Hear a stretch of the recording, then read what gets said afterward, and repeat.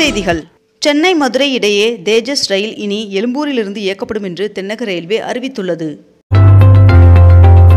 அமெரிக்காவில் இந்திய பொருட்களுக்கு 25% வரி விதிக்கப்பட்டதன் எதிரொலியாக நாமக்கல்லில் இருந்து அந்நாட்டிற்கு முட்டை ஏற்றுமதி நிறுத்தப்பட்டுள்ளதாக தகவல் வெளியாகியுள்ளது. ரஷ்யாவிலிருந்து அதிக அளவில் எண்ணெய் வாங்கும் இந்தியா மீது வரிகளை உயர்த்தப் போவதாக அமெரிக்க அதிபர் டொனால்ட் ட்ரம்ப் அவர்கள் எச்சரித்துள்ளார். சபரிமலை ஐயப்பன் சுவாமி கோவிலில் 16ஆம் தேதி நடை திறக்கப்படுவதையொட்டி தரிசனத்திற்காக பக்தர்கள் ஆன்லைனில் முன்பதிவு செய்து வருகின்றனர். ITI மாணவர் சேர்க்கை ஆகஸ்ட் 31ஆம் தேதி வரை நீட்டிக்கப்பட்டுள்ளதாக வேலைவாய்ப்பு பயிற்சித்துறை அறிவித்துள்ளது. உங்களுடன் ஸ்டாலின் மற்றும் நலம் காக்கும் ஸ்டாலின் ஆகிய திட்டங்களை தற்போதுள்ள பெயர்களிலே தொடர்ந்து நடத்த அனுமதி கோரி தமிழக அரசு தரப்பில் தாக்கல் செய்யப்பட்டுள்ள மனு மீதான விசாரணையை உயர்நீதிமன்றம் ஆகஸ்ட் 7ஆம் தேதி தள்ளி வைத்துள்ளது. அமெரிக்காவின் அழுத்தத்தை மீறி ரஷ்யாவிடம் இருந்து கச்சா எண்ணெயை இந்தியா தொடர்ந்து வாங்கி வருகிறது. தாம்பரம் விழுப்புரம் இடையே மெமோ ரயில் உள்ளிட்ட 2 ரயில்கள் இன்று ரத்து செய்யப்படுவதாக அறிவிக்கப்பட்டுள்ளது. 20,000 ரூபாய்க்கு மேல் ரொக்க பரிமாற்றம் நடக்கும் சொத்து பதிவு குறித்து வருமான வரித்துறைக்கு தகவல் தெரிவிப்பது கட்டாயம் என்று தெரிவிக்கப்பட்டுள்ளது. 22 கேரட் ஆபண தங்கத்தின் விலை சவரனுக்கு ஒரே நாளில் 600 ரூபாய் அதிகரித்து 1 சவரன் 74,960 ரூபாயாகவும் 1 கிராம் 9,370 ரூபாய்க்கும் விற்பனை செய்யப்பட்டு வருகிறது. இதனைத் தொடர்ந்து 1 கிராம் வெள்ளியின் விலை கிராமிற்கு 2 ரூபாய் அதிகரித்து 1 கிராம் வெள்ளி 125 ரூபாய்க்கு விற்பனை செய்யப்பட்டு வருகிறது. தூத்துக்குடியில் வின்ஃபாஸ்ட் ஆலையில் உற்பத்தி செய்யப்பட்ட முதல் காரில் கையெழுத்திட்டு விற்பனையை தொடங்கி வைத்தார் முதலமைச்சர் மு.க. ஸ்டாலின் அவர்கள். புதுச்சேரி முதல்வர் ரங்கசாமி அவர்களின் பிறந்த நாளுக்கு பிரதமர் நரேந்திர மோடி அவர்கள் வாழ்த்து தெரிவித்துள்ளார். தமிழக வெற்றிக் கழகத்தின் 2வது மாநில மாநாடு நடைபெறும் தேதி மாற்றம் செய்யப்பட்டுள்ளது. மேலும் இத்தேதி மாற்றத்தை அக்கட்சியின் தலைவர் விஜய் அவர்கள் இன்று அறிவிப்பார் என்று தெரிவிக்கப்பட்டுள்ளது. தூத்துக்குடி பனியமாதா ஆலய திருவிழாவை முன்னிட்டு இன்று தூத்துக்குடி மாவட்டத்திற்கு உள்ளூர் விடுமுறை அறிவிக்கப்பட்டுள்ளது. இதேபோன்று வருகின்ற ஆகஸ்ட் 7ஆம் தேதி சங்கரன் கோவிலில் உள்ள சங்கர நாராயணன் சுவாமி கோவில் ஆடி தபசு விழாவை முன்னிட்டு வருகின்ற ஆகஸ்ட் 7ஆம் தேதி தென்காசி மாவட்டத்திற்கு உள்ளூர் விடுமுறை அறிவிக்கப்பட்டுள்ளது. இன்று நீலகிரி மற்றும் கோவை மாவட்டங்களுக்கு அதி கனமழைக்கான ரெட் அலர்ட் விடுக்கப்பட்டுள்ளது. தமிழகத்தில் புதிதாக நியமனம் செய்யப்பட்ட இடைநிலை ஆசிரியர்களுக்கான புதுநிலை பயிற்சியை ஈரோட்டில் அமைச்சர் அன்பில் மகேஷ் அவர்கள் தொடங்கி வைத்தார். தமிழகத்தில் இன்று நீலகிரி, கோவை, தேனி, தென்காசி, கிருஷ்ணகிரி, திண்டுக்கல், திருப்பூர், தருமபுரி, ஈரோடு மற்றும் சேலம் ஆகிய மாவட்டங்களில் ஒரு சில இடங்களில் கனமழை பெய்ய வாய்ப்புள்ளதாக வானிலை மையம் தகவல் தெரிவித்துள்ளது. காவலர்களுக்கான மதிப்பீட்டு படிவங்களில் ஜாதி குறிப்பை நீக்க அரசிற்கு தமிழ்நாடு போலீஸ் ஆணையம் பரிந்துரைத்துள்ளது. உக்ரைனில் உள்ள தமிழக மாணவர்களை மீட்க கோரி பிரதமரிடம் துரை வைகோ MP மனு அளித்துள்ளார். தூத்துக்குடி மாவட்டத்தில் 250 ஏக்கரில் விண்வெளி பூங்கா அமைக்கப்படும் என்று முதலமைச்சர் மு.க. ஸ்டாலின் அவர்கள் அறிவித்துள்ளார்.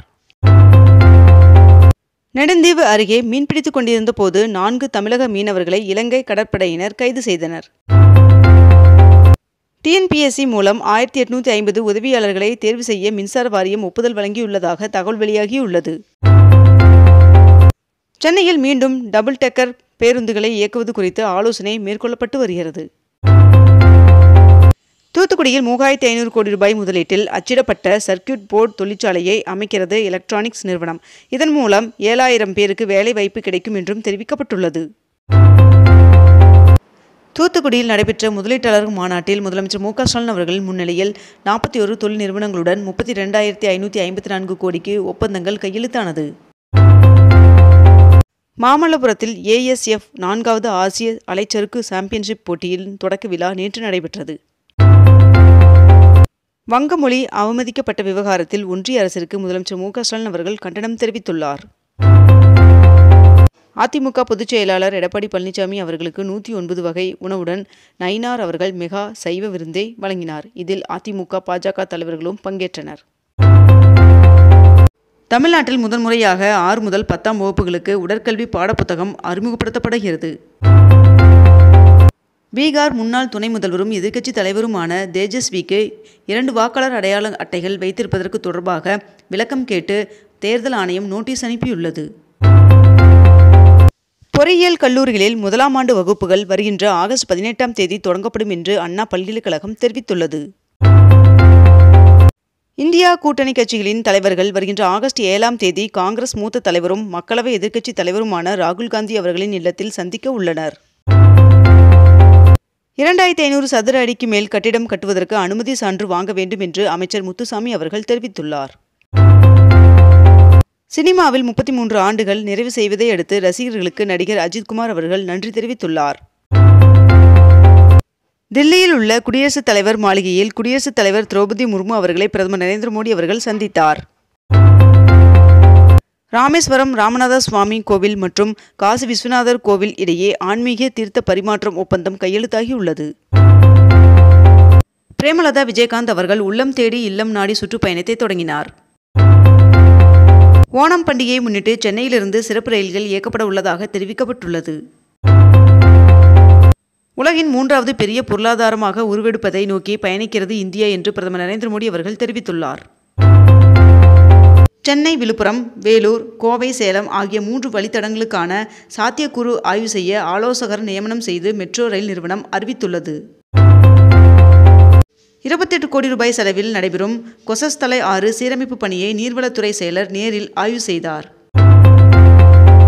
சென்னை மாநகராட்சியின் சார்பில் வடகிழக்கு பருவமழையை எதிர்கொள்ள 30 கோடி ரூபாய் செலவில் 477 நீர் இறைக்கும் டிராக்டர்களை வாடகைக்கு எடுக்க நடவடிக்கை எடுக்கப்பட்டு வருவதாக தகவல் வெளியாகியுள்ளது.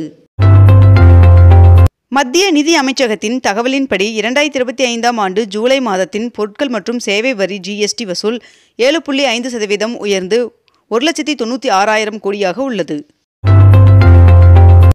மெரினா கடற்கரையில் நீலக்கொடி கடற்கரை சான்றிற்கான மேம்பாட்டு பணிகளை சென்னை மாநகராட்சி நிறைவு செய்துள்ளது. நீலகிரி மலையில் சாகச சுற்றுலா தலத்திற்கான மேம்படுத்தப்பட்ட பணிகளை முதலமைச்சர் மு.க. ஸ்டாலின் அவர்கள் காணொலி வாயிலாக தொடங்கி வைத்தார். கர்நாடக முதலமைச்சர் சித்தராமையா அவர்களுக்கு முதலமைச்சர் மு.க. ஸ்டாலின் அவர்கள் பிறந்தநாள் வாழ்த்து தெரிவித்துள்ளார். காஷ்மீரில் மழையால் வழித்தடங்களில் சேதம் காரணமாக அமர்நாத் யாத்திரை முன்கூட்டியே நிறைவு பெற்றது. தூத்துக்குடியிலிருந்து இலங்கைக்கு கடத்துவதற்காக பதுக்கி வைக்கப்பட்டிருந்த 30 லட்சம் ரூபாய் மதிப்பிலான ஐம்பொன் விஷ்ணு சிலை பறிமுதல் செய்யப்பட்டது. விவசாயிகளுக்கு கிசான் திட்டத்தின் கீழ் 20வது தவணையை பிரதமர் நரேந்திர மோடி அவர்கள் நேற்று வாரணாசியில் நடந்த நிகழ்ச்சியில் விடுவித்தார். வடகிழக்கு பருவமழை முன்னெச்சரிக்கை பணிகளுக்கென தமிழக அரசு 38 கோடி ரூபாய் நிதி ஒதுக்கீடு செய்துள்ளது. சென்னை டி நகரில் உள்ள வடக்கு உஸ்மான் சாலை மகாலிங்கபுரம் சாலை சந்திப்பு மேம்பாலத்தின் கீழ் 3,75 லட்சம் ரூபாய் செலவில் மறுசீரமைப்பு பணிகள் மேற்கொள்ளப்பட உள்ளதாக தகவல் வெளியாகியுள்ளது. இத்துடன் இன்றைய தலைப்புச் செய்திகள் நிறைவடைகின்றன. மேலும் இதுபோன்ற அண்மை தகவல்களை உடனுக்குடன் தெரிந்து கொள்ள அக்னிபூ சேனலை சப்ஸ்கிரைப் செய்து கொண்டு தொடர்ந்து இணைந்திருங்கள். நன்றி, வணக்கம்.